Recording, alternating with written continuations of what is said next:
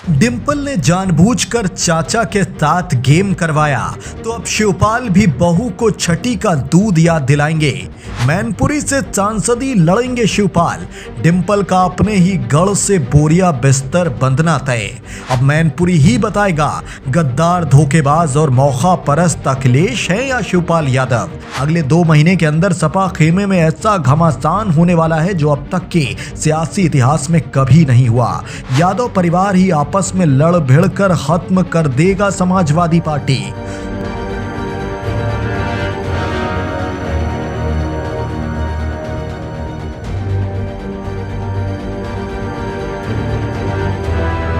मैनपुरी असल में है किसका?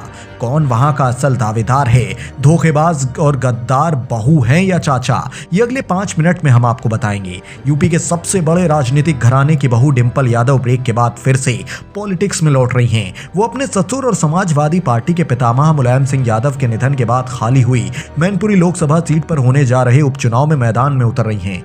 सपा का मजबूत किला माने जाने वाले मैनपुरी लोकसभा में डिंपल की जीत को तय माना जा रहा है। ऐसा माना जा रहा है कि मुलायम के निधन की सहानुभूति लहर और सपा का गढ़ होने की वजह से अखिलेश यादव की पत्नी को चुनाव जीतने में कठिनाई का सामना नहीं करना पड़ेगा।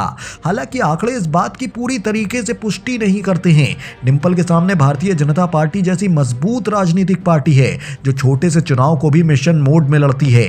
वहीं जातिगत पॉलिटिक्स के अलावा चर्चा यह भी है कि भगवा खेमे से मुलायम की छोटी बहू अपर्णा यादव को टिकट दिया जा सकता है। संभव है कि डिंपल इन सभी चुनौतियों को पार पा लें, लेकिन एक शख्स जो एक्स फैक्टर साबित हो सकता है वो है चाचा शिवपाल सिंह यादव। आइए समझते हैं कि आखिर ऐसा क्यों है। मैनपुरी लोकसभा में कुल 5 विधानसभा सीटें आती हैं।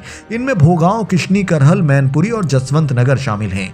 इस साल फरवरी मार्च में हुए विधानसभा चुनाव के नतीजों पर गौर करें तो मुकाबला करीब टक्कर का ही रहा। यहां करहल और किशनी सीट समाजवादी पार्टी के खाते में गई, जबकि भोगांव और मैनपुरी सीट पर बीजेपी ने जीत दर्ज की। जसवंत नगर सीट से जसपाल सिंह यादव विजयी हुए, जो समाजवादी पार्टी से अलग होकर बनी प्रगतिशील समाजवादी पार्टी के अध्यक्ष हैं। हालांकि इस चुनाव में वो अखिलेश की अगुवाई वाली सपा के गठबंधन के साथ लड़ रहे थे, इसलिए मैनपुरी लोकसभा का पलड़ा 3-2 से सपा की तरफ ही झुका हुआ नजर आया। मैनपुरी में आंकड़े दिलचस्प हैं। ये लोकसभा सीट यादव परिवार का अभेद गढ़ कही जाती है। पिछले कई चुनावों से लगातार यहाँ पर साइकिल की सवारी ही चलती रही है। यहाँ तक कि 2014 और 2019 में मोदी लहर के बावजूद बीजेपी को यहाँ पर जीत नहीं मिल पाई थी। यहाँ से मुलायम और उनके परिवार के भतीजे चुनाव जीतते आ रहे हैं, लेकिन 2019 में हुए पिछले चुनाव के आंकड़े काफी ज्यादा दिलचस्प हैं। यादव और शाह के बहुलता वाले मैनपुरी में बीजेपी ने मुलायम के मुकाबले प्रेम सिंह शाह को उम्मीदवार बनाया था। यहाँ मुलायम को जीत तो मिल गई, लेकिन ये एक तरफा नहीं रही। कुल प्रतिशत पर वोट डाले तो मुलायम को 52% वोट हासिल हुए, जबकि प्रेम शाह के उनसे महज 8% पीछे 44% वोट शेयर लेकर दूसरे नंबर पर रहे।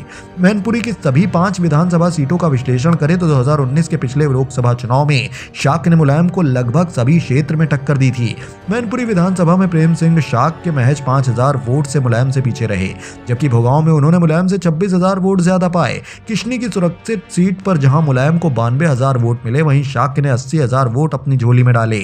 यादव बहुल करहल सीट पर शाह को 80000 वोट मिले, जबकि समाजवादी नेता के खाते में 1,18,000 वोट आए। इन चारों सीटों पर मुकाबला लगभग बराबरी का रहा।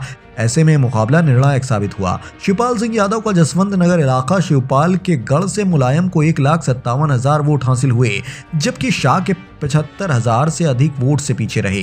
इन आंकड़ों को देखकर यह कहना अतिशयोक्ति नहीं होगी कि छोटे भाई शिवपाल के इलाके से ही मुलायम को लोकसभा चुनाव में कमांडिंग पोजीशन हासिल हुई, जिससे वो बीजेपी के प्रतिद्वंदी को ठीक ठाक अंतर से हराने में कामयाब रहे।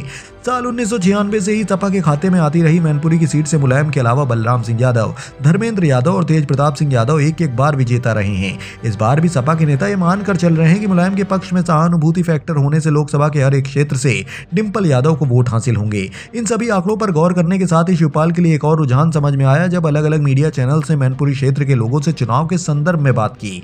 कई वोटर्स ने स्पष्ट कर कहा कि उन्हें केवल और केवल सपा के चुनाव चिन्ह से मतलब है, फिर चाहे डिंपल खड़ी हो या कोई और। उनके उनका वास्ता सिर्फ समाजवादी पार्टी से है। वहीं कुछ युवा वोटर ऐसे भी मिले जिन्होंने शिवपाल यादव को लेकर दिलचस्प बात कही। जब यह सवाल पूछा गया कि अगर शिवपाल उपचुनाव में अखिलेश को समर्थन दिए बिना इस सीट से अपना प्रत्याशी उतारते हैं तो क्या होगा, इस पर कई युवा वोटर्स ने कहा कि जब समय आएगा तब देखा जाएगा कि किसे वोट करना है। ऐसे में शिवपाल अभी भी एक बड़ा फैक्टर बने हुए हैं। डिंपल के नाम के ऐलान के बाद जब उनसे पूछा गया और उनसे इस बारे में बात की गई तो शिवपाल का कहना था कि मेरी पार्टी तो पीएसपी है, अब सपा क्या करती है इसके बारे में मुझसे सवाल क्यों किए जा रहे हैं। जातिगत आंकड़ों पर निगाह डाले तो मैनपुरी संसदीय क्षेत्र में सर्वाधिक लगभग 4.25 लाख यादव मतदाता हैं। उसके बाद शाक्य मतदाताओं की संख्या करीब 3.25 लाख है, क्षत्रिय 2.25 लाख और ब्राह्मण मतदाताओं की संख्या करीब 1,10,000 है। दलित वोटों में सबसे अधिक 1,20,000 जाटव मतदाता हैं। क्षेत्र में लगभग 1 लाख लोधी, 70,000 वैश्य और 55,000 मुस्लिम मतदाता हैं। समाजवादी पार्टी पिछले चुनाव में यादव, शाक्य और मुस्लिम मतों के समीकरण पर चुनाव जीतती आई है। पूर्व विधायक आलोक शाक्य को जिले का नया अध्यक्ष बनाकर अखिलेश ने शाक्य बिरादरी को साथ लिया है और साथ ही डिंपल के मैदान में उतरने से यादव फैमिली और जातीय समीकरण साधा गया है। उधर एआईएमआईएम के खेमे से अतीक अहमद की पत्नी को कैंडिडेट बनाए जाने की अपुष्ट खबरें आई। बीजेपी भी ग्राउंड लेवल पर सर्वे और गुणा गणित में जुटी हुई है। अपर्णा को टिकट दिए जाने की चर्चा है। ऐसे में शिवपाल को साथ बनाए रखने की कोशिश नहीं की गई तो उनकी नाराजगी सपा की साइकिल को पंचर भी कर सकती है। बहरहाल इस चुनावी खिचड़ी में कितने तड़के लगते हैं ये तो वक्त बताएगा। उधर डिंपल और शिवपाल की सियासी महाभारत को लेकर आप क्या सोचते हैं, कमेंट बॉक्स में अपनी कीमती राय जरूर साझा करें और खबरों के ऐसे ही सटीक और निष्पक्ष विश्लेषण के लिए हमें सपोर्ट करते रहें। Bureau report, national news now.